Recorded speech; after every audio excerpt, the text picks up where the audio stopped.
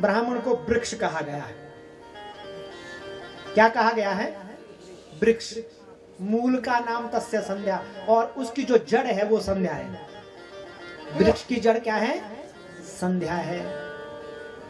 छिन्नई मूले, अगर मूल ही कट जाएगा, जड़ ही कट जाएगी, क्या पेड़ में पत्ते लगेंगे, फल फूल लगेंगे, शाखाएं टिकेगी उसमें? क्या वो भी सूख जाएगी महाराज। इसलिए ब्राह्मण के लिए तो विशेष कहा गया है कि वो संध्या वंदन करे।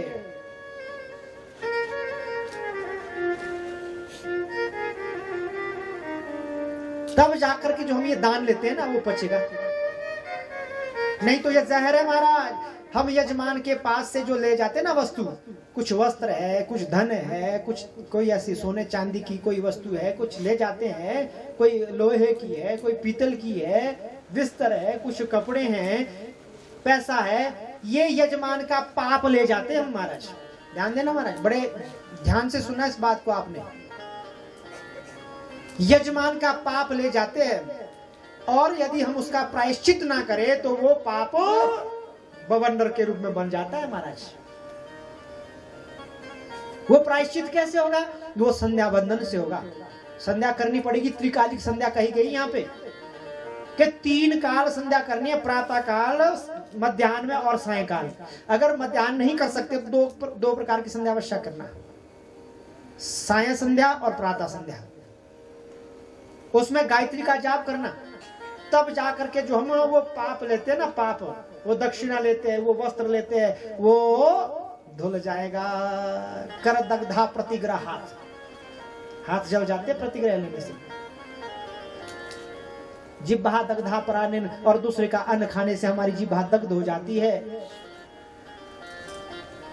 मन दग्धा प्रस्तिषु, और दूसरे की स्त्री में दृष्टि रखने से हमारा मन दग्ध हो जाता है। इसलिए बचना है, दोष है ये। श्री राम जय राम।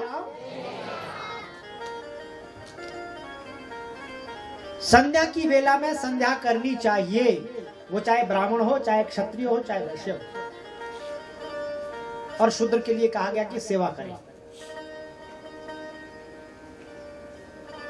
मंत्र अपने अपने हैं महाराज, ब्राह्मणों का अलग है, क्षत्रिय का अलग है, वैश्य का अलग है। और उसमें संध्या भी 3 प्रकार की होती है। जो हम संध्या करते हैं ना, ये 3 प्रकार की संध्या होती है। उत्तमा तारकोपेता, जो उत्तम संध्या ना प्रातः काल की, जब आकाश में तारे हो उस समय जो संध्या की जाती है वो उत्तम संध्या होती है। उत्तमा तारकोपेता, मध्यमा लुप्त तारका, मध्यम संध्या होती है जब तारे छिप जाए, सूर्य भगवान आने वाले अभी आए ना हो, उस समय जो संध्या की जाती है मध्यम संध्या है। और अधमा सूर्य सहिता, भास्करोपेता, वो अधम संध्या है। जो सूर्य जब आकाश में आ जाए उस समय जो संध्या की जाए वो अधम संध्या है, 3रे दर्जे की संध्या है। और सायंकालीन संध्या इससे विपरीत है। उत्तमा सूर्य सहिता, जब अस्ताचल में सूर्य भगवान चले गए हो ना, अभी छिपे ना हो, उस समय जब संध्या की जाती है वो उत्तम संध्या होती है। मध्यमा लुप्त सूर्य, या जब सूर्य भगवान लुप्त हो जाए उस समय, अभी तारे ना आए हो, उस समय जो संध्या की जाती है वो मध्यम संध्या है। और अधमा संध्या तारकोपेता, जब तारे आकाश में हो, आ गए हो तारे, उस समय जो संध्या की जाती है वो अधम संध्या होती है। अब चुनना हम आपने है कि हमने कौन सी संध्या करनी है। उत्तम करनी है तो उस हिसाब से करो, मध्यम करनी है तो उस हिसाब से करो, निम्न करनी है तो। श्री राम जय राम। देवी, संध्या के समय याचना नहीं करनी चाहिए, लेकिन स्त्री हटे महाराज, नहीं माना कि मुझे चाहिए, मुझे पुत्र चाहिए, तो ऋषि ने शाप दे दिया कि तुम्हारे गर्भ से दैत्य पैदा हो जाए। और उधर वैकुंठ के लिए सनक, सनंदन, सनातन, सनत कुमार भगवान विष्णु का दर्शन करने के लिए जा रहे हैं। एक दरवाजा पार किया, दूसरा दरवाजा पार किया, तीसरा दरवाजा पार किया, चौथा, पांचवा, छठवा, और जब 7वें दरवाजे पे पहुंचे तो 7वें दरवाजे पे 2 द्वारपाल खड़े हैं। उनके नाम है जय और विजय। द्वारपाल हरि की प्रिय दो, द्वारपाल हरि प्रिय दो। जय अरु विजय जान सबको, और विजय जान सबको।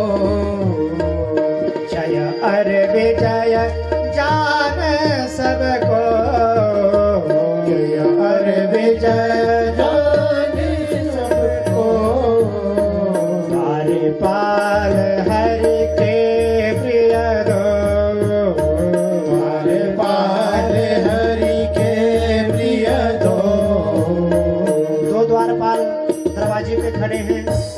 जैसे ही शरद कुमार वहां जाते हैं, चारों ऋषि वहां जाते हैं कि हमें भगवान का दर्शन करने के लिए अंदर जाना है, सातवां दरवाजा पार करना है, उन्होंने रोक दिया कि महाराज आप सातवां दरवाजा पार नहीं कर सकते क्योंकि हमारे स्वामी विश्राम कर रहे हैं। रोक दिया। जब रोक दिया तो ऋषियों को क्रोध आ गया। जब क्रोध आ गया तो क्रोध के कारण वो सातवां दरवाजा पार नहीं कर सके। इसलिए कभी क्रोध नहीं करना चाहिए, क्योंकि क्रोध जो है वो काल है। कई बार हम क्रोध में ऐसी गलत बात कर देते हैं जिससे क्या अनिष्ट हो जाता है। अगर कभी क्रोध आ जाए तो अपने आप को संयम से रहो, संयम बरतो, क्योंकि क्रोध जो है काल का रूप है और वो सातवां दरवाजा पार नहीं कर सके महाराज। सनक सनंदन सनातन सनत कुमार कमंडलू से जल लिया और उन दोनों द्वारपालों को शाप दे दिया कि जाओ तुम मृत्यु लोक में पहुंच जाओ।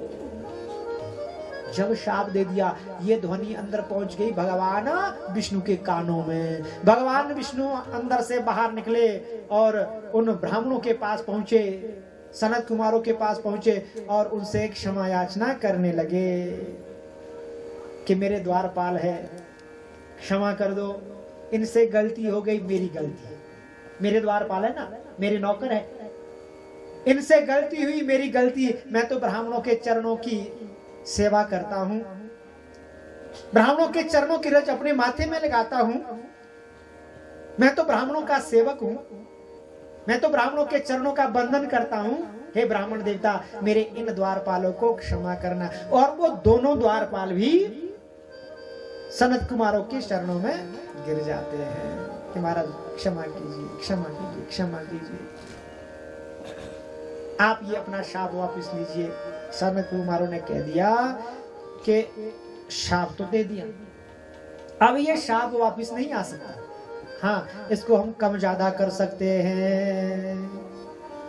अगर तुम दैत्य बनोगे तो 3 जन्मों में तुम्हारा उद्धार हो जाएगा। कितने? 3 जन्मों में। और यदि तुम संत बनोगे तो तुम्हें 7 जन्म लेने पड़ेंगे। उन द्वारपालों ने सोचा कि कौन जीता रहेगा, कौन मरता रहेगा 7 बार। पुनरपि जननम पुनरपि मरणम पुनरपि जननी जठरे शयनम। बारंबार कौन जीता मरता रहेगा, इसलिए हम तो दैत्य ही बनेंगे, राक्षस ही बनेंगे, जल्दी हमारा उद्धार तो हो जाएगा। भगवान ने कह दिया कि तुम्हारा उद्धार करने के लिए मैं स्वयं आऊंगा। मेरे द्वारपाल है ना तुम, तो मैं आऊंगा तुम्हारा उद्धार करने के लिए। वहां से उनका पतन हो गया और वो दीति के गर्भ में चले जाते हैं। पहले जन्म में वो कौन बने? हिरण्याक्ष और हिरण्यकशिपु। और दूसरे जन्म में रावण और कुंभकर्ण। तीसरे जन्म में शिशुपाल और दंतवक्त्र। जैसे उनका ऊपर से पतन हुआ, गर्भ में चले गए, 100 वर्षों तक गर्भ धारण किया। 100 वर्षों के पश्चात उनका जन्म हुआ। जब जन्म हुआ महाराज, तो देखते ही देखते विकराल रूप धारण कर दिया। बहुत बड़ी देह बन गई उन दोनों की महाराज। उत्पात करने लगे, मारकाट करने लगे।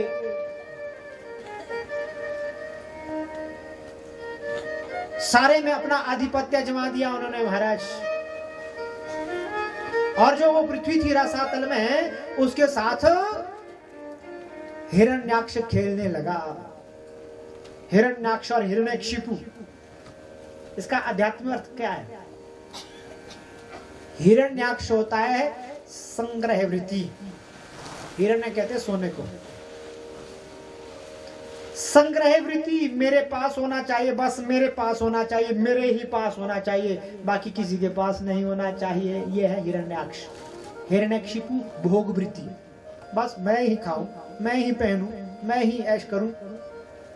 जिसके अंदर ऐसी भावना होती है वो हिरण्याक्ष और हिरण्यकशिपु होता है।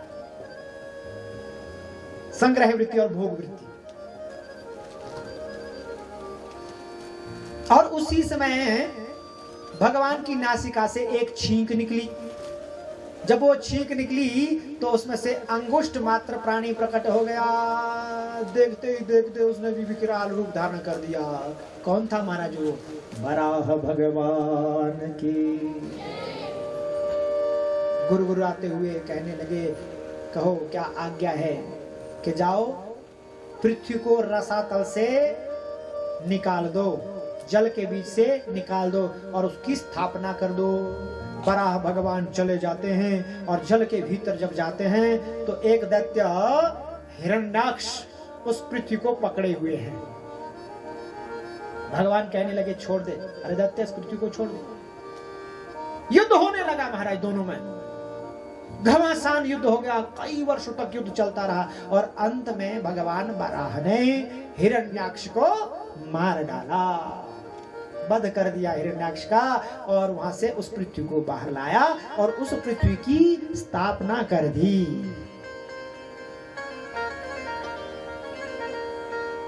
और उस पृथ्वी के ऊपर अब मैथुनी सृष्टि प्रारंभ हो गई। मनु और शत्रुपा के 3 संतानें हुई कन्या के रूप में और 2 संतानें हुई पुत्र के रूप में। कुल मिलाकर के 5 संतानें हुई। 2 पुत्र हुए, 3 पुत्रियां हुई, जिसमें कि 2 पुत्र हुए उतानपाद और प्रियव्रत।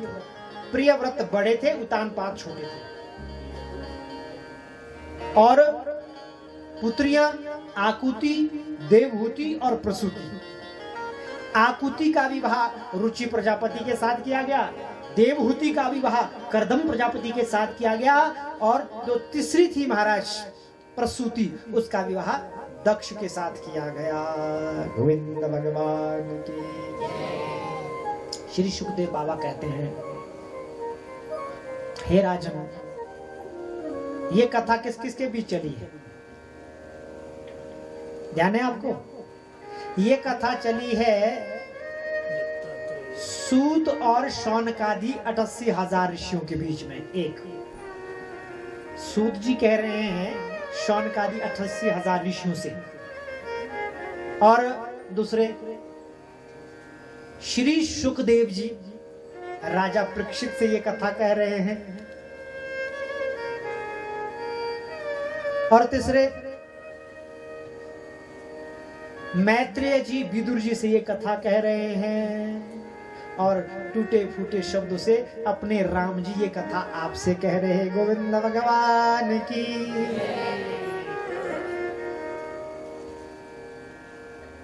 अनेकों के बीच ये कथाएं चली हुई हैं महाराज। श्री सुखदेव जी कहते हैं, हे राजन, अब मैं तुम्हें मनु और शत्रुपा की जो मध्यमा कन्या थी उसकी कथा सुना रहा हूं, देवहूति की कथा। कर्दम ऋषि बड़े तपस्वी, तप में बैठे हुए, वन में बैठे हुए तप कर रहे हैं। अनेकों वर्षों तक तप किया। भगवान प्रसन्न होकर के आकाशवाणी में कहते हैं, हे ऋषिवर, आज के 2 दिन के पश्चात तुम्हारे पास मनु और शत्रुपा आएंगे, अपनी मध्यमा कन्या को लेकर के वहां आएंगे और विवाह का प्रस्ताव रखेंगे। आपने स्वीकार कर लेना, उसके साथ विवाह कर लेना। ठीक है महाराज, जो आपकी आज्ञा शिरोधार्य हैं। और उसके 2 दिन के पश्चात मनु और शत्रुपा अपनी मध्यमा कन्या को लेकर के, देवहूति को लेकर के वहां पे पहुंच जाते हैं। और जैसे ही वहां पहुंचते हैं तो कर्दम मुनि ने 3 आसन लाए। 2 आसन मनु और शत्रुपा के लिए और तीसरा आसन अपने होने वाली पत्नी के लिए, देवहूति के लिए। मनु और शत्रुपा तो आसन पे बैठ जाते हैं और जो देवहूति है वो आसन पे नहीं बैठ रही। क्यों नहीं बैठ रही? कि पति आसन लाए हैं, मेरे लिए आसन दिया है पति ने, मैं बैठ जाऊंगी आसन पे और पति देवता खड़े रह जाएंगे हाथ जोड़े हुए, इसलिए बैठ नहीं रही है। और अगर मैं बैठती नहीं हूं तो पति के दिए हुए आसन का अपमान हो जाएगा। इस परिस्थिति में मैं क्या करूं? जहां भगवान की कृपा होती है ना, वहां निर्णय तुरंत निकल जाता है। अच्छा, अगर आज की माता बहन होती, पति देवता आसन लाते कहीं से, अपने होने वाली पत्नी के लिए कुर्सी ले आते, तो पत्नी क्या करती है? होने वाली पत्नी क्या करती है? बोलिए ना। बैठ जाए, बैठ जाती और पति देवता रहते हैं ऐसे हाथ जोड़े खड़े। श्री राम जय राम। थोड़ा देर बोलना जरा। सब ने लगाया जयकारा, भाई लोग पीछे बैठे, आपने भी लगाया। श्री राम जय राम। हाँ, यही काम आएगा। जय जय राम।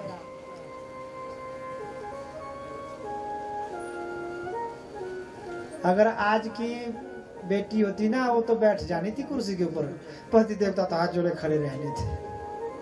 पर ना, यहाँ की माता और बहनें ऐसी नहीं है, बेटियां ऐसी नहीं है। अवतारपुर की बात कुछ इसमें बीच में ऐसे बोलो, हम अवतारपुर जी बोलो। अच्छा, हमारी तो ही बोलो ना बोलो तई ने पुर किसी। श्री राम जय राम।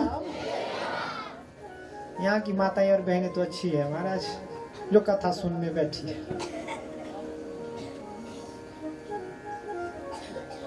गोविंद भगवान की। अब देवहूति ने क्या किया? जब पति ने आसन, होने वाली पति ने आसन रख दिया, पति देवता खड़े हैं। अगर मैं बैठ जाती हूँ तो पति का अपमान हो जाएगा, नहीं बैठती हूँ तो पति के दिए हुए आसन का अपमान होगा। तो क्या किया? अपना सज्जा हाथ उस आसन पे रख दिया, उल्टा हाथ आसन पे रख दिया और अपने आप को आसन से बाहर बैठ गई। पति के दिए हुए आसन का भी सम्मान और पति का भी सम्मान। प्रस्ताव रखा गया, विवाह का प्रस्ताव रखा गया, विवाह हुआ, बहुत अच्छी तरह से विवाह पूर्ण हुआ। और उसके पश्चात सब लोग अब अपने घर को चले गए। वहां रह गए दो जने, करदम और देवहूति। करदम जी पुनः तप में बैठ जाते हैं। कई दिन बीत गए, कई वर्ष बीत गए। देवहूति सेवा कर रही है, शुश्रूषा कर रही है, फल फूल चुन करके लाती है।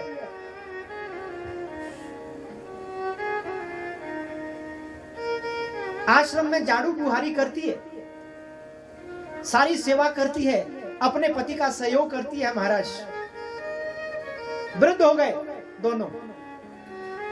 जब वो कई दिनों के पश्चात आंखें खोली, सामने देखा देवहूति को कि देवहूति तो बूढ़ी हो गई, मैं भी बूढ़ा हो गया, वृद्ध हो गया। हमने विवाह क्यों किया था? हमने विवाह किया था संतति को प्राप्त करने के लिए, पुत्र पुत्रियों को प्राप्त करने के लिए, लेकिन हम तो दोनों बूढ़े हो गए, अब क्या करें? तो करदम मुनि ने अपनी पत्नी से कहा कि चलो बिंदु सर को जाते हैं। बिंदु सरोवर में यदि स्नान करते हैं तो यदि कोई वृद्ध हो गया है ना तो वो नौजवान हो जाता है, ऐसा है वो सरोवर बिंदु सर। वहां पे चले जाते हैं दोनों, करदम और देवहूति। उस बिंदु सर में उन्होंने डुबकी लगा दी। जैसे ही डुबकी लगानी थी, पहले तो वृद्ध थे, जैसे ही वो दोनों बाहर निकलते हैं और सर्वांग सुंदर दोनों नौजवान हो गए। अब उन्होंने ऐसे महल का निर्माण किया जिसमें की सारी सुख सुविधाएं थी, उसमें विचरण करने लगे, रहने लगे। दिन बीतते गए, दिन बीतते गए। पहला गर्भ ठहरता है। पहले गर्भ में कन्या आती है। कौन आती है? कन्या। उस कन्या का नाम था कला। दूसरा गर्भ ठहरता है। दूसरे गर्भ में अनुसुईया नामक कन्या पैदा होती है। तीसरे गर्भ में श्रद्धा नामक कन्या पैदा होती है। चौथे गर्भ में हविर्भू, गति, क्रिया, ख्याति, अरुंधति, शांति, ये 9 कन्याएं उत्पन्न की है। कितनी कन्याएं? 9 कन्याएं। हम तो डरते हैं 1-2 कन्या के लिए। अगर एक कन्या हो गई, ओहो हो, दूसरी हो गई, भला कोई बोलो लाने पे मैं। अरे भैया, अगर ये बेटियां पैदा नहीं होगी, ये कन्याएं पैदा नहीं होगी, तो संसार आगे नहीं चलेगा। इस संसार को आगे चलाने वाली कौन है? बेटी है, जो बाद में मां बनती है। बहुत बड़ा स्थान है हमारे शास्त्रों में पुत्रियों का, माताओं का बहुत बड़ा स्थान है, बहुत ऊंचा स्थान है। मातृदेवो भव, क्या बताया है? मातृदेवो भव। राम जी के साथ भी पहले सीता जी का नाम आता है, सीताराम। क्या आता है? पहले मां का नाम आता है, किशोरी जी का नाम आता है, सीता जी का नाम आता है, और उसके बाद राम जी का। राम सीता कोई नहीं कहता, राम सीता कोई नहीं बोलता, सीताराम सीताराम सीताराम सीताराम सीताराम। और राधे श्याम, बोलिए राधे जी का नाम पहले, और श्याम जी का, और शिव। शिव शौ में जो ई की मात्रा है ना, यही शक्ति है। शिव में से ई की मात्रा निकाल दो, क्या रहता है? शव क्या होता है? क्या होता है? बोलिए। मुर्दा होता है। क्यों डर रहे बोलने में? डर लगता है मुर्दा बोलना? एक बाप है। अरे ये तो सबको बनना है एक ना एक दिन। सबकी बारी आनी है, जितने भी पैदा हुए वो सब जाएंगे बारी बारी से। टाइम अप अपना सबका, जाना सबको। यही तो सच्चाई है। ईश्वर और मौत ही सच्चाई है, बाकी सब झूठा है। जीना झूठा है, जीने के लिए पता नहीं हम क्या क्या झूठ, फ्रेब, छल, कपट, ना जाने कैसी कैसी बातें करते हैं हमारे। लेकिन जिस दिन बारी आएगी ना, उस दिन तो हिसाब बराबरी हो जाएगा हमारा। गोविंद भगवान की। हमारे शास्त्रों में माताओं का बहुत ऊंचा स्थान है, बहुत बड़ा स्थान है महाराज। मातृदेवो भव, पितृदेवो भव बाद में आता है।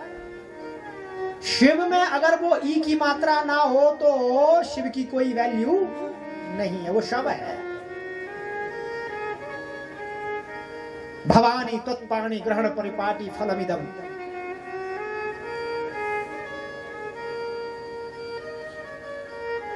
हम अपने बच्चों को लड़का और लड़की कहते हैं। क्या कहते हैं? क्या कहते हैं? बोलते हैं ना? हाँ या ना तो करो। मुंडी को हिला दो ऐसे, अगर बोलते, अगर नहीं बोलते तो ऐसे करो। बोलते हैं? कोई ऐसे भी कर रहा है? लड़का लड़की नहीं कहना चाहिए। फिर क्या कहेंगे महाराज? लड़का का मतलब क्या होता है? इसका मतलब ढूंढा कभी आपने? लड़की का मतलब क्या होता है? लड़ने वाला, माँ बाप से लड़ने वाला। लड़की लड़ने वाली। इससे ऊंचा दर्जा है बेटा और बेटी का। किसका है? बेटा बेटी बोलिए। बेटा बेटी का मतलब क्या होता है? जो बट में मिल जाए, जो बंटवारे में मिल जाए, जो उसमें प्रसन्न रहता है, वो है बेटा, वो है बेटी। और इससे भी ऊंचा एक दर्जा है पुत्र का। पुत्र का क्या मतलब होता है? पुम नाम नरकात त्रायते यश पुत्र। जो पुम नाम नरक से हमारा माता पिताओं का त्राण करता है, वो होता है पुत्र। और पुत्र से भी ऊंचा दर्जा है पुत्री का, बेटी का, पुत्री का।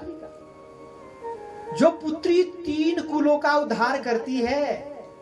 वो 3 कुल कौन कौन से हैं? एक कुल तो वो है जहां वो पैदा हुई है, मायका।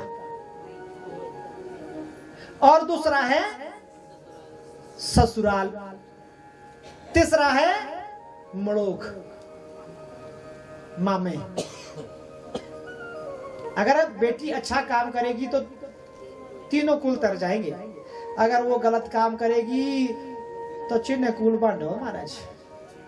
3 रे बांध जो, 3 रे छोटे, 3 रे थे। बेटी का दर्जा बहुत ऊंचा है हमारे शास्त्र में। अगर ये बेटी नहीं होगी, आज तो समाज पता नहीं क्या हो गया है, विकृत, इतना विकृत हो गया है कि जैसे ही बेटियों का गर्भ ठहरता है ना, बहुओं का गर्भ ठहरता है, तो वो डॉक्टर के पास चली जाती है कि महाराज देखो जरा हमारे गर्भ में क्या है। अगर डॉक्टर बोलेगा कि पुत्री है, कि ना जी पुत्री नहीं चाहिए हमें तो पुत्र चाहिए।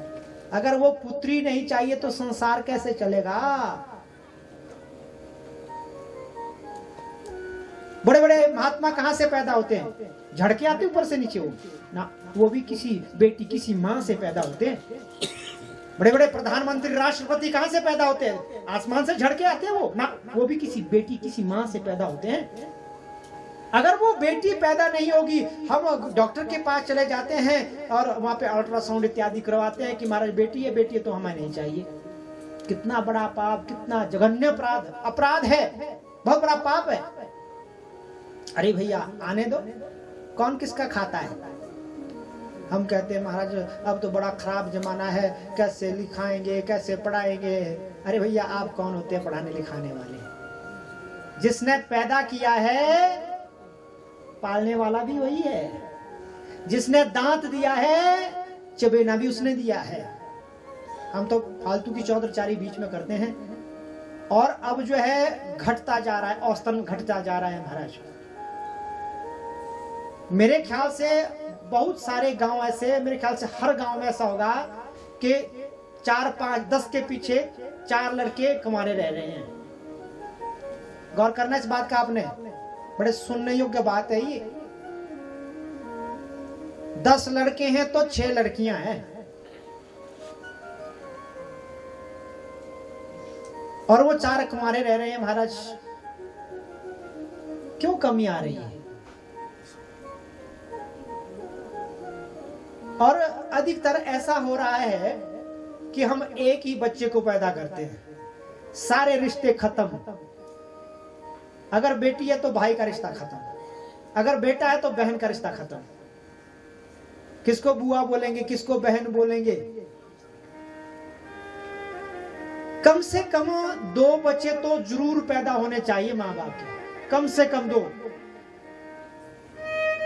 और आबादी घटती जा रही है, आबादी घटती जा रही है, और एक दिन ऐसा आ जाएगा कि बिल्कुल जब 2 के 1 होगा ना तो कमी आ जाएगी महाराज। गौर करना इस बात पे आप। गोविंद भगवान की, सियावर रामचंद्र की, हर हर ना। अभी तो है टाइम, मैंने सोचा कि प्रसाद आ गया कि 3:30 तो नहीं बज गए,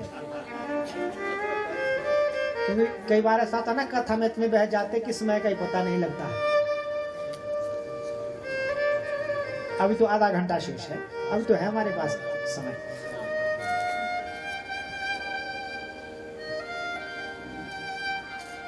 नौ पुत्रियां पैदा हो गई। उन 9 पुत्रियों के विवाह ऋषियों के साथ करवाए गए। कला का विवाह मरीचि मुनि के साथ किया गया। अनुसुईया का विवाह अत्रि मुनि के साथ किया गया।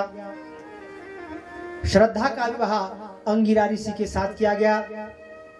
हवीरभू का विवाह पुलत्स्य के साथ किया गया। गति का विवाह पुलह के साथ किया गया। क्रिया का विवाह क्रतु के साथ किया गया। ख्याति का विवाह भृगु के साथ किया गया। और अरुंधति का विवाह वशिष्ठ मुनि के साथ किया गया। और सबसे छोटी कन्या शांति का विवाह अथर्वा ऋषि के साथ किया गया। इस प्रकार से 9 कन्याओं के विवाह कर दिए। किसने? कर्दम मुनि और देवहूति ने। कर्दम जी ने कह दिया, प्रिय हमारे संतानें पैदा हो गई, पुत्रियां पैदा हो गई, इनके विवाह करवा दिए। अब मैं यहां से वन को तप करने के लिए चला जाता हूं। देवहूति ने हाथ जोड़े, हे पति देव, हे मेरे स्वामी, हे मेरे भगवान, अभी हमारे घर में कन्याएं पैदा हुई है। कन्याएं तो अगले के कुल को आगे चलाएगी ना। एक पुत्र भी होना चाहिए जो कि हमारे कुल को आगे बढ़ाए। तो कुछ दिनों के लिए कर्दम जी वहां रुक गए।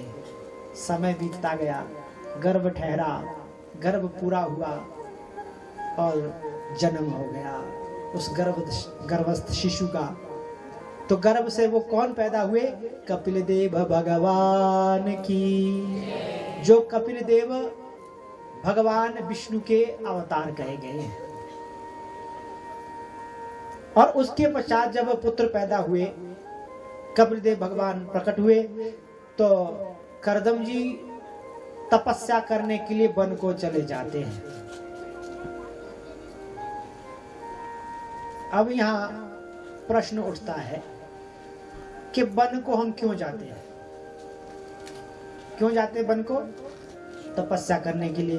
तपस्या क्यों करते हैं? भगवान को प्राप्त करने के लिए।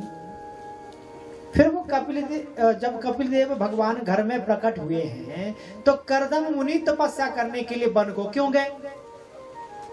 भगवान तो घर में आ गए, फिर वो वन को क्यों गए? ये प्रश्न उठता है ना यहाँ पे।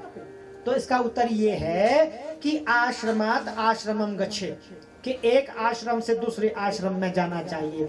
हमारे जीवन में 4 आश्रम होते हैं, जिसमें कि पहला आश्रम है ब्रह्मचर्य आश्रम। 4 भागों में बांटा गया है ना, हमारा जीवन 4 भागों में बांटा गया है। पहला आश्रम है जन्म से लेकर के 25 वर्ष तक ब्रह्मचर्य आश्रम। इसमें ब्रह्मचर्य का पालन करना चाहिए, विद्या इत्यादि अध्ययन करनी चाहिए, पढ़ना लिखना चाहिए। और 25 से 50 तक है गृहस्थ आश्रम,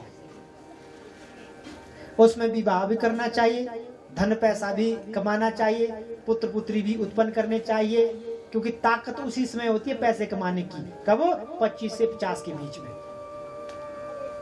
यह दूसरा आश्रम है, इसको कहते हैं गृहस्थ आश्रम। और तीसरा आश्रम है वानप्रस्थ, वो 50 के बाद शुरू होता है। गिनती बोलते हैं ना, वो 51 वन लिखा हुआ साथ में, वन 51 कि अब वन को जाने की तैयारी करो। लेकिन हम तो फंसे रहते हैं घर में, महाराज भोग विलास में फंसे रहते हैं, खाने पीने के चक्कर में। श्री राम जय राम। 50 के बाद तैयारी करो वन को जाने की। 51 52 वन लिखा हुआ है, 54 57 59। अरे 60 क्या कर रहा है घर में रह करके? चल चल भगवान को भजन करने के लिए। फिर 60 में तो 60 ही आ जाता है ना। सरकार भी रिटायर कर देती है, सरकार भी नहीं रखती अपने पास, सरकार भी निकाल देती है। गोविंद भगवान की, सांचे दरबार की। और तीसरा आश्रम है 50 से 75 वानप्रस्थ। चौथा आश्रम है 75 से 100 वर्ष के बीच में, उसको कहते हैं संन्यास आश्रम। क्या कहते हैं? अर्थात संन्यस्त हो जाना, सब कुछ त्याग देना, सिर्फ और सिर्फ भगवान का भजन करना।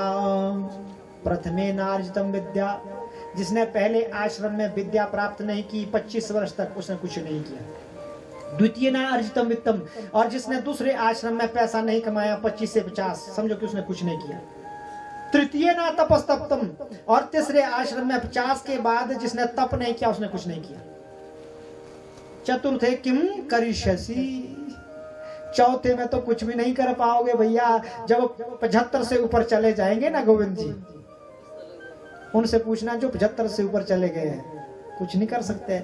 अगर पानी का गिलास भी पीना है ना, तो पोते को आवाज लगाते हैं, और अल्लाह मेरा तीसरा गिलास।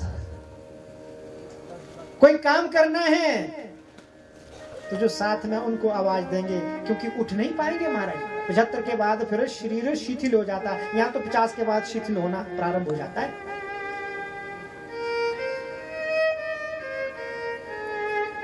तो यहाँ पे करदम जी ने आश्रमात आश्रमम गच्छेत, कि हमें भी ऐसा ही करना चाहिए, एक आश्रम से दूसरे आश्रम में जाना चाहिए। तो करदम जी वन को चले गए और वहां पे तप करने लगे महाराज। और घर में कौन रह रहा है? देवहूति और कपिल, पुत्र और माता। देवहूति ने पहचान लिया कि कोई साधारण बालक नहीं है, जो मेरा पुत्र है, साक्षात परमात्मा है, साक्षात भगवान है। ये पहचान लिया और हाथ जोड़ करके सामने खड़ी हो गई। निर्विण्णा नितराम भूमन असदन्द्रिय दर्शनात् येन संभाव्यमानेन प्रपन्नान्दमतम प्रभु। कहे प्रभु, मेरी इन इंद्रियों ने ना जाने कितने सुख भोगे, बहुत सारे सुख भोगे। पति हुए मेरे करदम जी जैसे, जिन्होंने मुझे सारा सुख प्रदान कर दिया, जो मैंने चाहा उन्होंने मुझे वो प्रदान किया। पुत्रियां हुई मेरी अरुंधति, अनुसुईया, ख्याति, शांति, सच्ची पतिव्रताएं, ऐसी पुत्रियां हुई मेरी। और पुत्र हुआ मेरा तुम्हारे जैसा कपिल देव भगवान, साक्षात भगवान विष्णु का स्वरूप। मेरी इन इंद्रियों ने अनेकों भोग भोगे हैं, अब ये मेरी इंद्रियां तृप्त हो गई है। तम त्वगता हम शरणं शरणं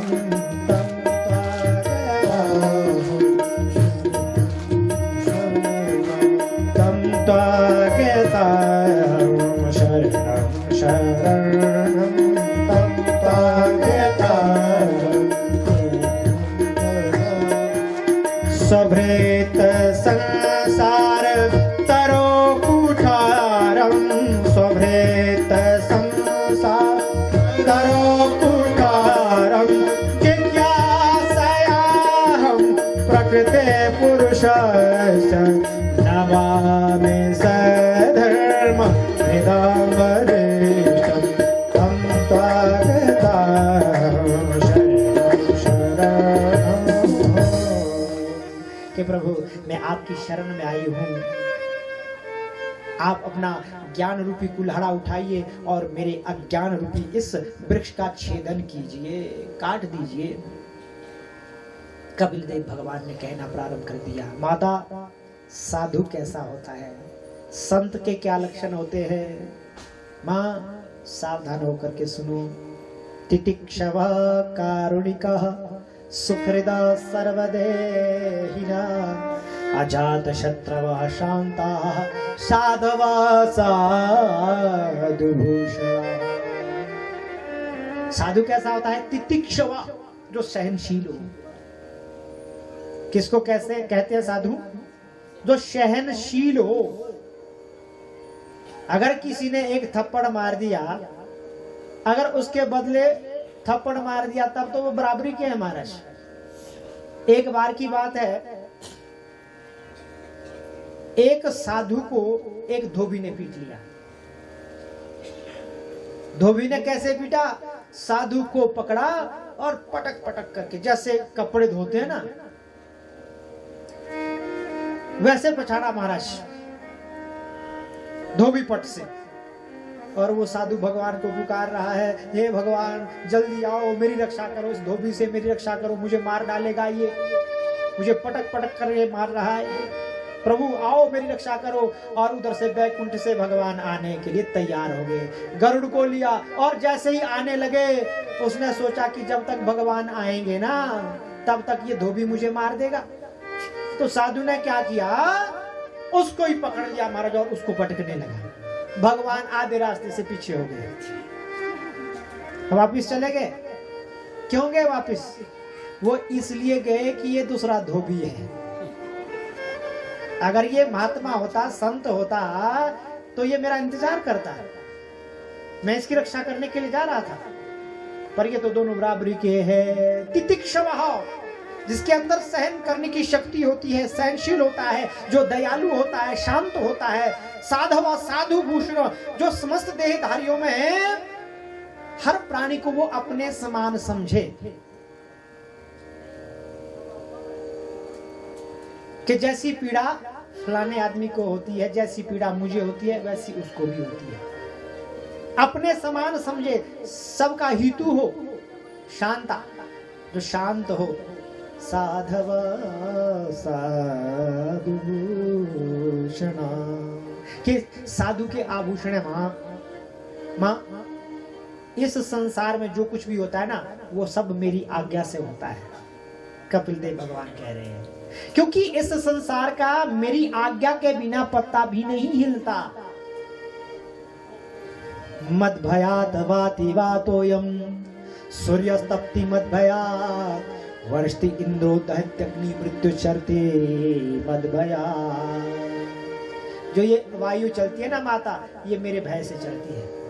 सूर्य तपती मद भयात, और जो सूर्य में तपतीश होती है, तपन होती है, वो भी मेरे भय से होती है। वर्षति इंद्रो, और इंद्र जो वर्षा करता है वो भी मेरे भय से करता है। दहत्यग्नि, अग्नि में जो दाहकता होती है वो भी मेरे भय से होती है। मृत्यु चरती मद भयात, जो मृत्यु चलती है वो भी मेरे भय से चलती है। मेरी आज्ञा के बिना संसार का पत्ता भी नहीं हिलता।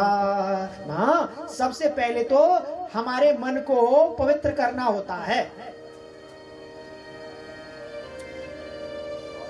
क्योंकि ये हमारा जो मन है यही पतन का और मोक्ष का कारण होता है।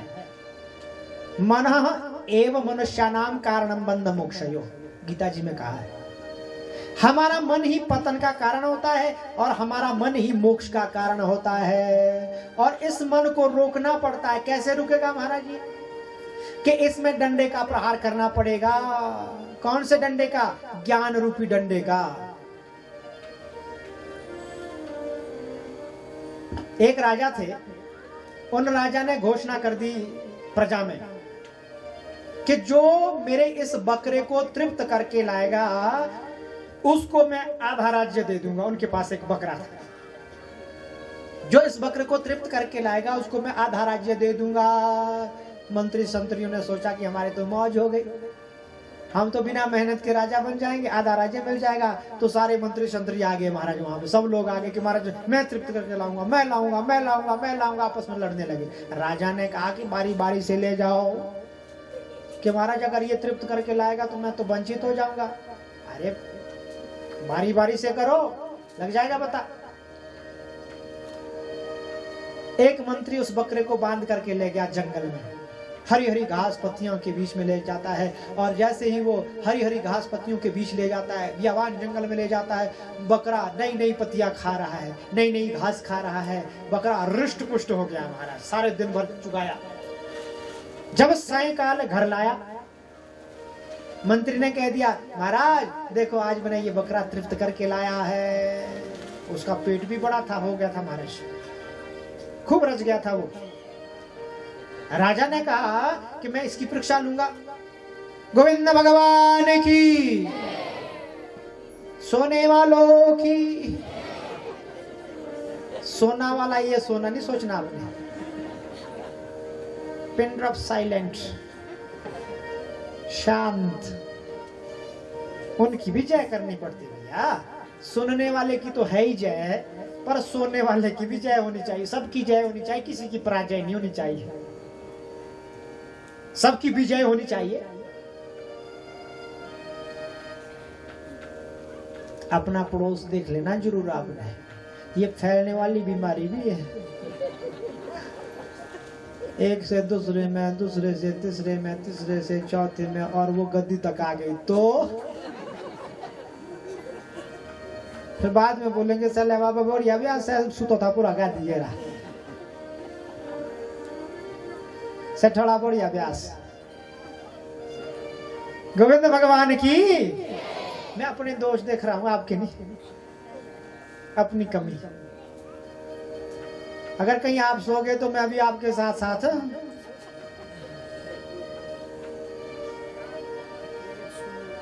राजा ने कहा कि मैं इसकी परीक्षा लूंगा, कि ले आओ महाराज घास पत्तियां ले आओ। राजा ने घास पत्तियां लाई, जैसे ही बकरे के मुख के सामने की उसने उसको भी खा लिया। कि तुम तृप्त करके नहीं ला सके। दूसरा मंत्री आया, मैं लाऊंगा महाराज, तुम भी ले जाओ। वो भी नहीं ला सका। जितने भी थे ना वो सारे थक गए, कोई भी तृप्त करके नहीं लाया। जब सायंकाल लाते ना राजा के पास, राजा पत्तियां ऐसे आगे करता, वो खा जाता, चाहे वो थोड़ा ही मुंह लगाता पर खा जाता। वो एक दो पत्तियां ही खाए, चाहे थोड़ा ही घास खाए, पर खाता जरूर था। तो किसी संत को पता लग गया कि राजा ने ऐसी ऐसी एक शर्त रखी है, जो कि तृप्त करके लाएगा उसको मैं आधा राज्य दूंगा। संत ने सोचा कि राज्य से तो मुझे कोई मतलब नहीं है, मैं उस बकरे को तृप्त करके अवश्य लाऊंगा। क्या किया उन्होंने? संत ने उस बकरे को रस्सी से बांधा और हाथ में एक डंडा ले लिया। डंडा लिया और वो जंगल में ले जाते हैं, हरी हरी घास पत्तियों के बीच ले जाते हैं। बकरे ने सोचा कि आज भी मौज आ गई, मेरी तो हर रोज मौज है। खूब खाने के लिए मिलता, खूब पीने के लिए मिलता, ताजा ताजा जल मिलता है, बढ़िया बढ़िया पत्तियां मिलती है, बढ़िया बढ़िया घास मिलता है। जैसे ही वहां पहुंचे महाराज जंगल में, तो जैसे ही उसने वो मुख लगाया ना पत्ती में, और संत ने डंडे का प्रहार कर दिया नाक में। बकरे ने सोचा कि आज तो गुरु टक्कर गया अभी। थोड़े आगे जाते हैं, चलो यहाँ तो खाने देगा, अभी घसता हुआ। थोड़े आगे ले जाते और प्रहार कर दिया, थोड़े आगे जाते और प्रहार कर दिया।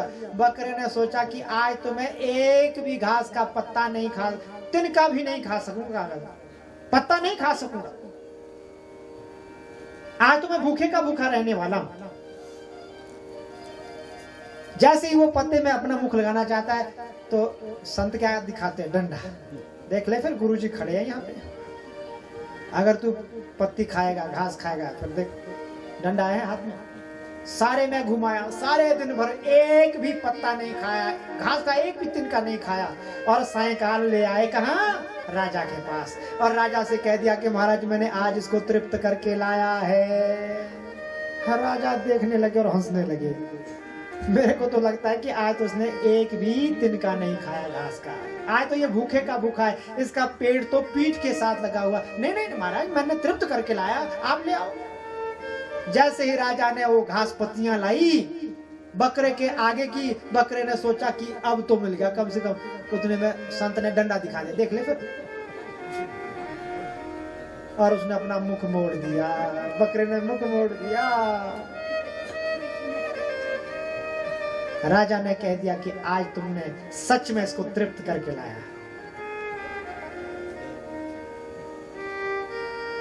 ये किसी बकरे की कथा नहीं है, ये किसी राजा की कथा नहीं है महाराज। बकरा कौन है? बकरा है हमारा मन। ये हमारा मन ना जाने क्या क्या नहीं करना चाहता है, सब कुछ और हर कुछ करना चाहता है। मन के मते ना चालियो, मन के मते अनेक। मन की मति के अनुसार नहीं चलना चाहिए, जैसा मन बोलता है वैसा नहीं करना चाहिए। मन तो पता नहीं क्या क्या नहीं करना चाहता, वो थोड़ी नहीं करना है। अंदर से अपने आत्मा की आवाज को सुनो, आत्मा और बुद्धि के मेल से आगे चलो, मन से मत चलना, क्योंकि मन हमारा नीचे को जाता है। वो मन जो है नीचे को गिराएगा, वो कभी ऊपर को नहीं उठाएगा हमारा। जैसे जल जाता है ना, जब जल गिरता है ना पृथ्वी पर, तो जल गिर करके कहां जाता है? वैसा ही हमारा मन है, ये भी नीचे को जाता है। जब भी कोई काम करना है, कोई भी कार्य करना है, मन से नहीं करना है। वहां जो है मन की आज्ञा नहीं माननी है, वहां पे आत्मा की आज्ञा माननी है, बुद्धि और आत्मा की। क्यों? क्योंकि आत्मा परमात्मा का ही रूप है, भगवान का ही रूप है हमारी आत्मा। कई बार जब आप काम करते हैं ना, कोई भी कार्य करते हैं, तो अंदर से एक जरूर आवाज आती है, अरे भैया ये तो गलत कार्य है। कौन वो आवाज देता है? वो आत्मा देती है अंदर से आवाज कि ये गलत है, इसको मत करना। अगर कहीं मन वहां पे हावी हो गया तो हम कर जाते हैं।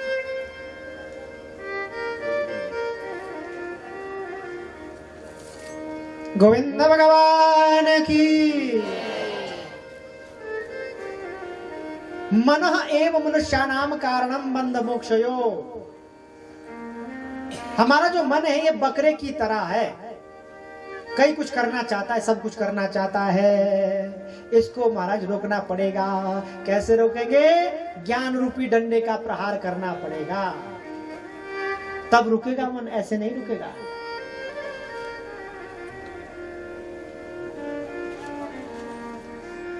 और भक्ति का उपदेश देते हैं, ज्ञान का उपदेश देते हैं कि मां हमें भक्ति करनी चाहिए और हमारे भीतर ज्ञान भी होना चाहिए। भक्ति का मार्ग कैसा है? भक्ति का मार्ग है बिल्ली के बच्चे की तरह। जब बिल्ली बच्चा देती है ना, तो बिल्ली उस अपने बच्चे को अगर एक जगह से दूसरी जगह में ले जाना होता तो कैसे ले जाती है? देखा आपने कैसे ले जाती है? दांतों से पकड़ती है, गर्दन से पकड़ती है, और वो बिल्ली का बच्चा ऐसे रहता है, ऐसे रहता है। क्यों क्यों रहता है? कि मेरी माँ मुझे सुरक्षित जगह में ले जाएगी, जहां भी ले जाएगी मुझे तो कहीं खरोच भी नहीं आएगी, माँ ठीक जगह में ले जाएगी। भक्ति का मार्ग ऐसा है, हम अपने आप को भगवान के अर्पित कर दे। प्रभु तू जान, तेरी माया है, तू जिधर ले जाएगा मैं उधर को जाने के लिए तैयार हूँ, तू ठीक ही जगह में ले जाएगा। तो भगवान स्वयं ले जाते हैं और ठीक जगह में ले जाते हैं। यह है भक्ति का मार्ग। और ज्ञान का मार्ग है बंदर के बच्चे की तरह। जैसे बंदर का बच्चा होता है, जब बंदरी अपने बच्चे को ले जाती है ना, तो कैसे ले जाती है? पेट के नीचे। वो बच्चा अपनी माँ को पकड़ता है, बंदरी नहीं पकड़ती है, बच्चा पकड़ता है। अगर बंदरी ने कहीं लंबी छलांग लगा दी, हाथ छूट गए, तो गोविंदाय नमो नमः, मृत्यु को प्राप्त हो जाएंगे। अर्थात ज्ञान है तलवार की धार, तलवार की धार पे चढ़ना। कहीं थोड़े फिसल गए ना, कट गए। लेकिन ये दोनों एक दूसरे के पूरक भी है। भक्ति ज्ञान के बिना अंधी है, ज्ञान भक्ति के बिना पंगु है, लंगड़ा है। ये दोनों होने चाहिए, भक्ति भी होनी चाहिए, ज्ञान भी होना चाहिए, तब जाकर के एक दूसरे के ये पूरक हो जाते हैं। माता, ये मनुष्य कैसे पैदा होता है? यहाँ पे देह गेह में आसक्त पुरुषों की अधोगति का यहाँ पे वर्णन किया गया बड़ा विस्तार पूर्वक, कि वहां मृत्यु के बाद पुनर्जन्म याद नहीं रहता है। जब हम मर जाते ना, तो पूर्व जन्म हमें याद नहीं रहता है कि हम पहले जन्म में क्या थे, बाद में क्या बने, ये कोई भान नहीं रहता है। अगर तो ये याद रहता ना कि हम पहले जन्म में क्या थे, तब तो महाराज हम वहां पे जाने थे, क्या थे मेरे को, तू क्या राई था, याद नहीं रहता है महाराज। और हमारा दूसरा जन्म हो जाता है कि हमें पूर्व जन्म याद नहीं रहता है। पुनर्जन्म के बाद शरीर तीन प्रकार के होते हैं। एक होता है स्थूल शरीर। स्थूल शरीर किसको कहते हैं? स्थूल शरीर ये जो दिख रहा है ना, ये ढांचा, इसको स्थूल शरीर कहते हैं। एक होता है सूक्ष्म शरीर, वो शरीर इस शरीर के अंदर होता है। एक होता है कारण शरीर, वो उस शरीर के भी अंदर होता है। यह स्थूल शरीर मरता है, जब मरता है ना स्थूल शरीर। कारण शरीर और सूक्ष्म शरीर नहीं मरते, वो अगले जन्मों के लिए उसमें कर्म चले जाते आगे महाराज। और वो मनुष्य कैसे पैदा होता है, ये शरीर कैसे बनता है? पंचअग्नि विद्या में भी कहा गया है कि पहले जीव रस रूप में होता है। बड़े ध्यान से सुनना इस बात को आपने। हम आप कैसे पैदा हुए हैं, ये जीव कैसे पैदा होता है, ये बात यहाँ पे बताई गई है। बहुत बड़ा विज्ञान है ये, विशेष ज्ञान, कि पहले जीव जो है रस रूप में होता है। वो रस रूप में वो आकाश में चला जाता है, आकाश में वो घूमता रहता है। जब बादल एकत्रित हो जाते हैं तो वो बादल ऊपर से वर्षा करते हैं, वो जीव ऊपर से नीचे आता है। वो जीव जब नीचे आता है तो वो अन्न में प्रविष्ट हो जाता है, अन्न में प्रविष्ट हो जाता है, और माता पिता उस अन्न का भक्षण करते हैं। और उसने जैसा कर्म किया है वैसे के अन्न में वो चला जाएगा वो जीव। अगर उसने मनुष्य वाला कर्म किया तो मनुष्य के अन्न में चला जाएगा, पशुओं वाला अन्न कर्म किया तो पशुओं के अन्न में चला जाएगा, पक्षियों वाला कर्म किया तो पक्षियों के अन्न में चला जाएगा, कीड़े मकोड़े वाला कर्म किया तो कीड़े मकोड़े के अन्न में चला जाएगा, कुत्ते वाला कर्म किया तो उनमें चला जाएगा। आपने देखा होगा, हम घर में अन्न लाते हैं, चावल लाते हैं, आटा लाते हैं, दाल लाते हैं, कई कुछ लाते हैं, लेकिन वो सारा थोड़े नहीं खाते हम कि सारा खा जाते हैं ना।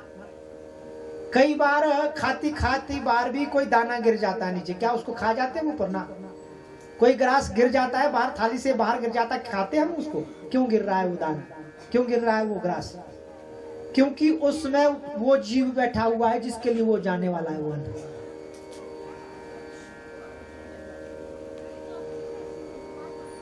कोई रोटी हम गाय को भी रखते हैं, कुत्ते को भी रखते हैं, कौवे को भी रखते हैं, उस अन्न में वो जीव बैठा हुआ है, तभी ही वो अन्न वहां जा रहा है। माता पिता उस अन्न का भक्षण करते हैं और पिता के द्वारा शुक्र तत्व के रूप में वो मातृगर्भ में प्रविष्ट हो जाएगा। कपिल देव भगवान कहते हैं कललम त्वेक रात्रेण पंचरात्रेण बुधबुधम दशाहेन तुकरकंडु पेशंडम माततपुरम मासेन तुशिरो द्वाभ्याम बाहव अंग विग्रह नखलोमि अस्ति चर्माणि लिंग छिद्रो भवस्त्रिभिः। जब वो माता के गर्भ में शुक्र के रूप में प्रविष्ट होता है तो पहली रात्रि में वो माता के गर्भ में कलल होता है, पानी की तरह ही होता है। पंचरात्रेण बुधबुधम, और पांचवी रात्रि में माता के गर्भ में वो फेन की तरह होता है, झाग की तरह होता है। दशाहेन्तु करकंदु, और 10वीं रात्रि में वो बेर के फल की तरह होता है। बेर का फल देखा आपने, उस आकार का वो बन जाता है, अंडे की तरह। जैसे अंडा होता है ना, वो थोड़ा छोटा होता है। गोविंद भगवान की 10वीं रात्रि में वो बेर के फल के समान हो जाता है और अंडे का सा उसका आकार हो जाता है, और 1 मास में उसमें सिर इत्यादि लगने प्रारंभ हो जाते हैं। दूसरे मास में हाथ, पांव, अंगों का विभाग लगना प्रारंभ हो जाता है। दूसरे मास में, दूसरे महीने में माता के गर्भ में। और जब दूसरा मास पूर्ण होता है, तीसरा मास प्रारंभ होता है, तो उसमें नख, नाखून, रोम, अस्थि, चर्माणि, लिंग छिद्रो भवस्त्रिभिः, चमड़ी इत्यादि लगनी प्रारंभ हो जाती है। लिंग इत्यादि स्त्री और पुरुष के भान लगने प्रारंभ हो जाते हैं। इसलिए यहाँ पे जो है एक संस्कार किया जाता है। बड़े ध्यान से सुनना महाराज इस बात को आपने। यदि आप पुत्र को चाहते हैं तो ये संस्कार आप अपने घर में कीजिए, पुत्र पैदा होगा। यदि आप पुत्री को चाहते हैं तो ये संस्कार कीजिए, वो पुत्री पैदा होगी आपके घर में, मन चाहा पैदा होगा। कहीं नहीं जाना पड़ेगा इलाज करने के लिए, पर नियम तो पालन करने पड़ेंगे। एक तो पहला, सबसे पहला नियम है गर्भाधान। गर्भाधान संस्कार ठीक समय में हो, पुरुष कारक लगन में हो तो पुरुष होगा, स्त्री कारक लगन में हो तो स्त्री होगी, कन्या होगी, और नपुंसक लगन में हो तो नपुंसक पैदा होगा। ये खेत है हमारा, जब खेत में सही नमी होगी तो बीज आप जब बीजेंगे तो बढ़िया जमेगा। ये है गर्भाधान।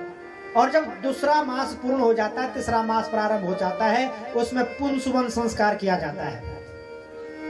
कौन सा संस्कार? पुंसवन संस्कार। वो पुत्र प्राप्ति के लिए होता है, पुत्री प्राप्ति के लिए होता है। उसका नियम क्या है, क्या करना है? जिस दिन 2 मास पूर्ण हुए हैं, अच्छे बार देख करके, और पुरुष कारक, अगर पुरुष चाहिए तो पुरुष कारक लगन होना चाहिए, स्त्री चाहिए स्त्री कारक लगन होना चाहिए। उसमें क्या करना है कि ये जो बट वृक्ष होता है, पीपल वृक्ष होता है, इनके पत्तों को लाना है, इनकी छाल को लाना है। अगर तो उसमें कहीं बांदा हो, बांदा जानते हैं, एक पेड़ में दूसरा पेड़ लग जाता है, वो तो जानते हो, वो तो देखा होगा आपने, कई बार देखा होगा कि ये अगर इसका सेब का पेड़ है, कोई पक्षी आता है तो उससे उसके ऊपर भी बिष्ठा कर देता है, वहां पे दूसरा पेड़ पैदा हो जाता है। ज्यादातर इसमें पीपल इत्यादि में होता है, बट वृक्ष इत्यादि में, क्योंकि पक्षी वहां जाते हैं ज्यादा। वो वहां से लाना है और उसको पीसना है, उसका रस बनाना है गाय के दूध में। गाय का दूध कौन सा दूध होना चाहिए? पहाड़ी गाय, ये जर्सी का नहीं, भैंस का नहीं, पहाड़ी गाय का दूध होना चाहिए, उसमें उसको पीसना है, पुंसवन बटी लानी है, बूटी लानी है, उसका रस बनाना है। और यदि आप पुत्र चाहते हैं तो उस गर्भवती जो माता है उसके सुलटी नासिका से विषम संख्या में उसकी बूंदे डालनी है। अगर पुत्र चाहते हैं सुलटी नासिका से 5, 7, 9, 11, 13, 15 बूंदे डालनी है। अगर पुत्री चाहते हैं तो वाम नासिका से वो बूंदे डालनी है, वो सम संख्या में डालनी है, 6, 8, 10, 12, 14, 16 इत्यादि बूंदे डालनी है। और आपके वो पैदा होगा जो आप चाहेंगे। पक्की बात है, ये शास्त्रोक्त बात है। भगवान की कृपा से हमने भी कई जगह में ये प्रयोग किए हैं, सारे सफल हुए हैं, क्योंकि हमने संस्कार छोड़ दिए महाराज। जब संस्कार छोड़ दिए तो हमारे घर में जो कुछ भी पैदा हो जाता है, कुछ भी पैदा हो जाता है। गोविंद भगवान की जो पुत्र होता है वो माता की सुलटी कूख में होता है। माताओं को पता है, सुलटी कुक्षी में पुत्र पैदा होता है और पुत्री पैदा होती है वाम कुक्षी में। आप स्वयं भी पता लगा सकते हैं। अगर बच्चा इधर को होगा ना कोख में तो समझो कि पुत्र है, और इधर वाम में होगा तो समझो कि पुत्री है, और यदि वो बीच में होगा तो समझो कि नपुंसक है। ये हमारे शास्त्र कहते हैं, शास्त्रों का प्रमाण। संस्कार कीजिए। अगर आप संस्कार करेंगे तो आपके वो पैदा होगा जो आप चाहेंगे। और जब 4 मास का हो जाता है तो उसमें अंगों का विभाग लगना प्रारंभ हो जाता है और उसमें धातुएं लगनी प्रारंभ हो जाती है। और जब 5 मास का हो जाता है तो उसको भूख प्यास लगनी प्रारंभ हो जाती है और वो कोख में घूमता रहता है, कुक्षी में घूमता रहता है। शेते बिन मूत्रो गर्तु जंतु संभवे। 7 महीने का होता है तो उस समय सीमंतो नयन संस्कार होता है। जो गर्भवती माता होती है उसके मांग भरी जाती है और पूजन होता है उसका। और जब 9 मास पूर्ण होते हैं तो माता के उस मूत्र विष्ठा के भंड में पड़ा रहता है। ये कौन कहते हैं?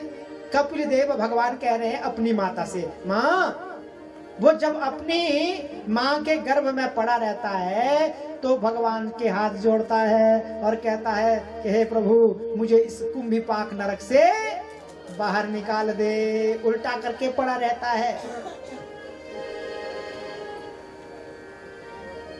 जब उसका जन्म होता है, जन्मते ही जब वो पृथ्वी पर आ जाता है तो जोर जोर से रोने लगता है और कभी बीच बीच में हंसता भी है। देखा होगा आपने, जो छोटा बच्चा होता है अभी अभी पैदा हुआ है वो हंसता भी है और रोता भी है। वो हंसता क्यों और रोता क्यों है? रोता इसलिए है कि हे प्रभु इस माया में फंस गया, संसार की माया में फंस गया। हंसता क्यों है? हंसता इसलिए है कि बीच बीच में भगवान का दर्शन होता रहता है। थोड़ा बड़ा होता है माँ से प्रेम करता है क्योंकि माँ दूध देती है। थोड़ा बड़ा होता है जो साथ आस में पड़ोस में होते हैं उनसे प्रेम करता है। थोड़ा बड़ा होता है विद्यालय में चला जाता है, वहां दोस्ती लग जाती है। थोड़ा बड़ा होता है विवाह हो जाता है। थोड़ा बड़ा होता है बच्चे पैदा हो जाते हैं। जो पीछे पीछे पात्र जा रहे हैं ना उनसे प्रेम कम होता जा रहा है, आगे आगे प्रेम बढ़ता जा रहा है। और फिर पहुंच जाता है वृद्धावस्था में। पुनरपि जननम पुनरपि मरणम पुनरपि जननी जठरे शयनम भज गोविंदम गोविंदम भज मूढ़ मते। आदि शंकराचार्य जी ने कहा कि ये हमारा क्रम है, पुनरपि जननम, पुनः जन्म और पुनः मरण। अरे मूढ़ मते, शंकराचार्य जी कहते हैं, आदि शंकराचार्य भगवान, कि गोविंद का भजन कर बाकी तेरे काम कुछ नहीं आएगा।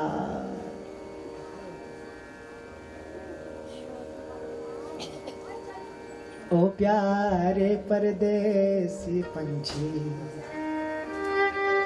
एक दिन तो।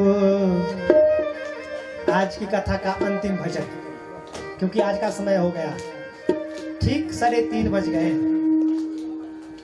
और एक शर्त पे गाएंगे, यदि आपने तालियां बजानी तो। कैसी तालियां बजानी? घोड़े की टाप की तरह नहीं, ताल में। ओ प्यारे